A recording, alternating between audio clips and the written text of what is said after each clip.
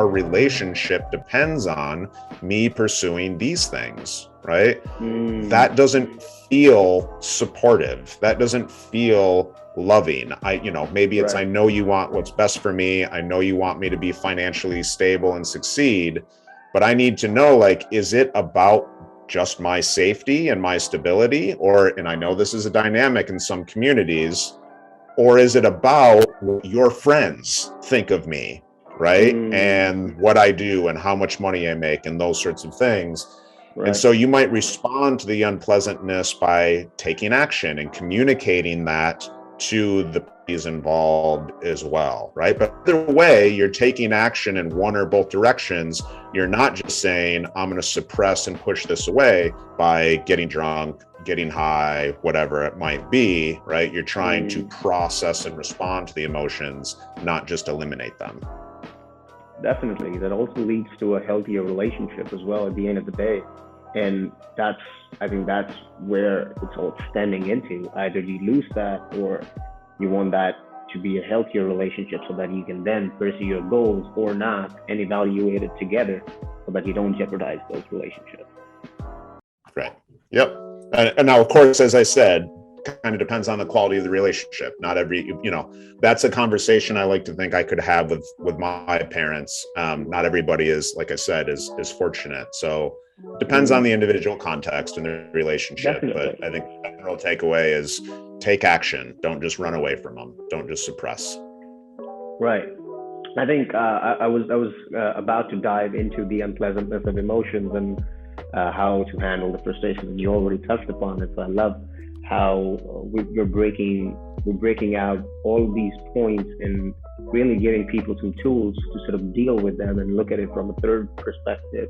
Whatever they might be going through is not out of this world. People go through it, and there are tools, there are ways to deal with it, even on an individual level, and then to take it to your relationship members or whoever that might be, your parents, your partner, sister, brother, siblings, whoever that might be. Absolutely. How can one measure self-efficacy in younger children, adult life, and use the measurement to lead a flourished life? What are the early signs of someone leading a flourished life framework, Nick? What would you say on that? Well, I mean, in general, when you talk about measurement, that's a tricky thing, but there are a lot of different measurement tools out there for a lot of different psychological constructs, as we would call them, right? And at least one or two different ones exist for self-efficacy. But if we were to sort of double click on the larger question there, which is a flourishing life, or what we would kind of call the good life, right? A good life. There's multiple different models. So we can kind of talk about a few of them and how you might go about using them or accessing them. But I think a general rule of thumb is, in order to kind of build anything, personal growth, skill acquisition, a good life, well-being, quality relationships, you want to become a scientist of yourself, right? And what does that mean? That means experimenting. And so what experimenting requires, first and foremost, is what we call a baseline measurement. So you might take any of the tools that are out there, and we could talk about the University of Pennsylvania and their Positive Psychology Center. They have what's called the PERMA model. And Peggy Kern, who is a professor at the University of Melbourne, has created what's called the PERMA profiler. And so that is, depending on the version that you take, somewhere around 23 questions that looks at positive or pleasant emotion, engagement, relationships, meaning, achievement, and then often health or vitality. So PERMA, P-E-R-M-A-V, PERMA V. There is, and that's free and widely available. You can take it on websites like Sure, go ahead. Just to mention here, when I was doing my research, I saw some on your website as well. So people out there can actually go and take the same test on your website. Is that the same thing, Nick? I don't provide it on my website. I do link out to some of these other websites, just as simple to use resources. Right. One of those sites that are easy to access is AuthenticHappiness.org, which is really run by the University of Pennsylvania as well, and Dr. Okay. Martin Seligman, who really started the field of positive psychology back in the late 90s. And that website will give you access to a lot of other measures. The PANIS measure, which is an assessment of positive and negative affect or emotion or feeling. Life satisfaction measures, meaning in life measures, eudaimonic well-being measures, which is what my dissertation was on. But you can also check out, I do a lot of work with, and we'll soon be launching a podcast under the Human Flourishing program at Harvard University. They have an individual metric for group flourishing, for individual flourishing, and a community or group level metric for communal flourishing as two separate tools. Wow. And you can take those. You could look at the psychological well-being measure promoted by Dr. Carol Riff at the University of Wisconsin. Whatever measure you're using, I think it's important that it does a couple of things. Number one, it speaks to sort of culturally and individually what you want to prioritize in your life, right?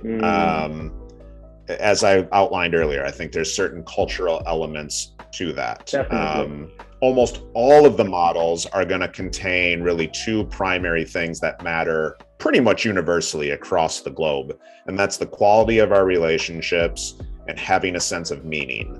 There are plenty of people in the field who would argue that we should actually not be pursuing happiness, this loosey-goosey, hand-wavy form of happiness. We should be cultivating meaning, that is a deeper source of ultimate life satisfaction. And there's good data to support that. But either way, the tool you select, whether it's UPenn or Harvard or Carol Riff or any of these other tools on the website I mentioned, it should speak to your values. And then number two, it should be used to provide you with a baseline measure. Now, coming back to what I said a minute ago about experimentation, once you have that baseline measure, then you go about like an experiment. You withdraw variables, you insert variables.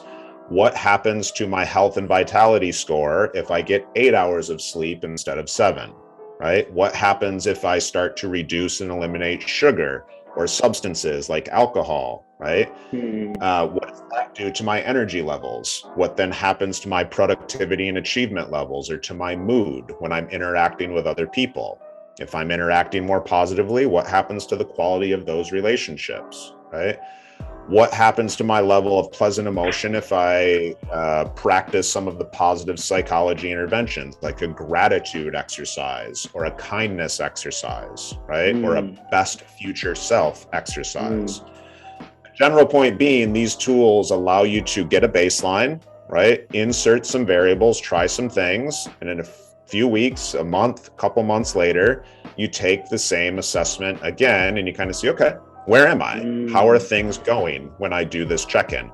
Now, that's imperfect. This is a self-report measure, as we would call it, sort of in the science, and those things can be biased in certain ways. We're not always great at objectively sort of laying out our own personal experience, but it certainly gives you an orientation. It gives you a metric to work with. So I'd suggest checking out more than one of those measures, because there isn't just one perfect one that kind of beats all the others.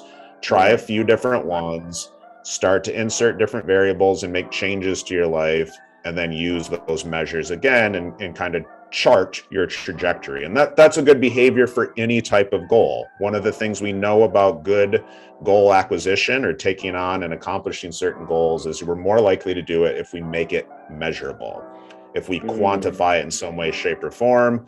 So essentially, we give ourselves a scoreboard. How are we doing? Right? And how should I adjust my behavior based on how I'm doing? Right. Yeah, that makes a lot of sense, because essentially what we're really talking about is, instead of being in yourself, you put everything out and you see it for what it is. And from there, you really start to put in the work. And it's not just, okay, I do it once a week, or it takes constant, consistent actions towards it. And then you sort of come back. And I love what you said about sticking and trying out different models here, because again, cultural biases, different societies, different people, different countries. So whatever works best for you, you gotta try out those models. Yeah, definitely. Nick, I've been kind of fascinated with the topic of, and I've heard you say a little bit about it as well, the value of boredom and how it's getting shelved in this day and age of distraction where we have our mobile phones or laptops right at the touch of the palm, and how that also is kind of deteriorating creativity. Is that the right term that I'm using there? But Yep. for me, Yep. I feel like it has a huge impact on a person's innovative thinking as well as creativity. So please do share some on that. Sure. Yeah. So I think it's useful to kind of give a sense of kind of the three predominant sort of attention networks in the brain. You've got the executive attention network, you've got what's called the default mode network or the default network, and then the salience network. And I'm not a neuroscientist, right? But my general understanding of reading some of this literature is that the salience network, more often than not, tends to kind of regulate or acts as the switch between the other two. Are we using executive attention or are we using default? So executive attention is going to facilitate narrow focus, right? We get a signal that kind of suggests to us, okay, I need to pay attention and focus in on this thing. I need to accomplish this task. I need to check on this notification on social media. I want to watch this YouTube video. I want to listen to this podcast, right? And you zoom in and you hyper focus on that thing. That also tends to be prompted by kind of the fight, flight, or freeze response, right? Oh, there's a potential danger. Do I need to get out of here? Do I need to fight this thing? Or do I need to freeze and hide? Something along those lines. Right. When we are not in that mode, we can activate what's called the default mode, right? So default meaning we tend to just sort of exist in this mode until our attention mode needs to be activated by something like fight, flight, or freeze, right?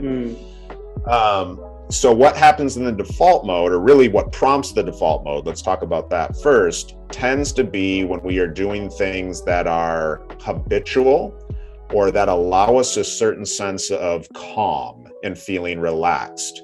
Because if we're in that state, sort of homeostasis, and don't have to worry about much, then what that suggests is we don't need to activate the executive attention network. Now, when we're in that state, our mind can wander because it doesn't need to be directed and focused on a specific thing. And it appears to be that where a lot of creative and innovative insights happen, right? So the common example for a lot of people is when they get good ideas when they're in the shower, right? Or they're taking a walk for some reason. And that tends to be why? Well, the default mode is active. You're not in necessarily a threatened state at that moment in time. You're in a relaxed, calm state. And so the mind wanders. It takes these disparate dots that are occurring sort of on a subconscious level, and it connects them together in new and unique ways. So there's two things that we should say as a follow-up to that. To your question specifically, part of the problem that we have is if you are always on your phone, if you're always reading email, if you're always watching TV, if you're constantly craving sort of that dopamine hit, right? Looking for the next thing, so to speak, then you never really allow your brain to just sit and rest and go into that default mode where a lot of this creative sort of stuff happens. The other thing to note about that then is when we'll do this with a lot of my clients, when they're looking for creative insights, what we'll talk about is programming and scheduling intentional default mode time. So the common example for me is if I'm sitting down to work on a presentation or a talk or a lesson or whatever it might be, if I'm putting together a slide deck, and I find myself sort of struggling on the creative way to link those slides together and to develop a narrative, then what I'll often do is step away from that activity and go take the dog for a walk, or go take a shower, right? Or go for a run or something along those lines. Do something where I can actually release and disengage the executive attention network and allow the default mode network to take over. That feels a little foreign to people because it feels like you're quote unquote not working. Right. But what you're actually doing is just allowing a different network of the brain to take over and do the job for you. It requires a certain level of trust, right? Gained through experience over time of it working for you. But it's been super, super helpful for a lot of people to just know that that network is there. They've had the experience before, right? Like the shower example. They just didn't know why. So you concretize it and you turn it into a tool that they can use. Do you also think, and this I might be off the topic here, meditation and mindfulness also kind of serve this purpose of balance in engaging in these two different networks you pointed out about the default network and the executive attention network? Does meditation or any of these different tools, they serve the purpose or the functionality of these different working networks? I think it can, right? So, I do enough to train the basic idea of mindfulness and understand some of the psychology and the neuroscience of it, but I'm not a well-trained teacher of meditation or mindfulness in its various forms. So what are kind of some of the predominant takeaways of meditation and mindfulness? It's increased executive attention, because what do you do when you sit down to meditate? You focus on something, say your breath, right? Your mind wanders, you catch it, you bring it back. It wanders, you catch it, you bring it back. And that's practicing paying attention, right? It also tends to lead to decreased stress, decreased anxiety, decreased symptoms of depression for some of the reasons we mentioned earlier, because you can sit with emotions. You can be thoughtful about them, you can process them, you can allow them in a somewhat non-judgmental way and try to make sense of them, right?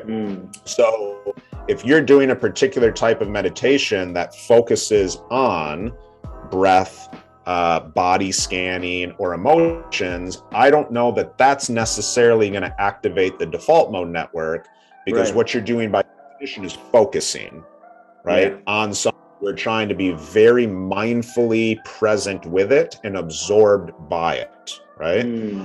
However, if you sit down, as many of us do, because meditation can sometimes be a difficult thing, if you sit down to just let your mind go, right, without sort of level of control, and let it float here and let it float there, and kind of allow in some of that randomity, then yes, I think in that case, you likely can activate the default mode network and gain some of those insights. Right. I think this was beautiful in the sense because people think of boredom as doing nothing, but that doing nothing and the value of doing nothing is so much more than actually doing something. And I think you and Stephen Kotler in his book, The Art of Impossible, has specifically listed out that you should put time in your schedule once a week or however you can fit that to assign time to yourself and be with yourself and just do nothing. And which you pointed out with the default, just keep the default network going and let your mind go, so that's where the real value sometimes reaps in, which might not come in otherwise. That's right. And I think that's where it can feel like boredom, right? Because it's just the mind is not quite as hyperactive when we're looking at social or TV or email or work or whatever, or having a conversation, whatever it might be. You're just kind of letting it sit. And just given the style of life that people lead these days, that's not something they're terribly comfortable with anymore, right? We kind of feel like we always need to be on a go. The reality is there's a time and a place to be on the go, and there's a time and a place to just sit with things and let the mind float and wander. Right. I love how this whole podcast, this whole discussion in and around Flourish Life and these various things that we're talking about kind of hits on balancing these two different ends of the spectrum and kind of meeting yourself and self-discovering yourself always in that process and keep finding tools to refine that, so that you keep refining your thoughts, keep refining your tools. And I love how it's always playing out towards balancing it, even though there are tools that you can do it better. But I love that. Yep. That takes us into the next segment of our podcast, Nick. In 2014, Elon Musk said he looks for evidence of exceptional ability in a potential employee rather than a degree from a prestigious university. Jim Rohn, an American entrepreneur, author, and motivational speaker, said formal education will make you a living. Self-education will make you a fortune. How is the educational scenario changing in the background of such statements coming from such highly influential people? What's your take on that?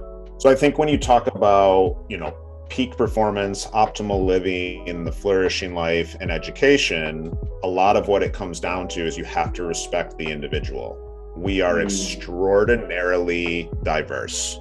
You just look at siblings, right? In theory, they share so much of the same DNA and genetics. Not in theory, they do share a lot of the same DNA and genetics, but they end up being completely different despite growing up in similar environments. Why? Well, gene expression, right? And a variety of other factors. When you add into that things like cultural elements, upbringing, religious elements, whatever it might be, right? We've been talking a lot about the we piece and the ecosystem that cultivates us. What you end up with is extraordinarily diverse individuals. And what do you have as a system of education? You have standardization. Everyone gets the same thing and needs to bend to that standard. Right. So that means certainly in the American context, you take 4 or 5 core subjects. It's really about content acquisition, sometimes skill acquisition. There's not always the self-reflective piece, the personal growth piece that's really spawned by intrinsic motivation and curiosity and interest. Sometimes there is, right? Some people will find that and gravitate to that. But more often than not, we are just wasting human potential by trying to have individuals conform to a system rather than building a system that appeals to a variety of different individuals. Right. Definitely. I think that's where a big demand for the change of the educational system comes in, where you have to be open to be open to understand different individuals and their interests and the fields that they feel gravitated towards. And that's right. Which is why we're hearing so many of these statements now. Well, I want to say thank you, Nick. Thank you for your time, and I want to be respectful about your time. So thank you for being here with us at BIGWIT Podcast, and I wish to have you soon back up here. Thank you, Nick. It was my pleasure. Thank you for having me. I enjoyed the conversation and look forward to more in the future. Good luck with the podcast. Thank you, Nick. This was an insightful conversation with Dr. Nick Holton on how to lead a purposeful life. For everyone watching, including parents, this is the right time to shift your mindset on focus to learning. Everyone deserves to live a best life, and you can start today by doing what is right for you.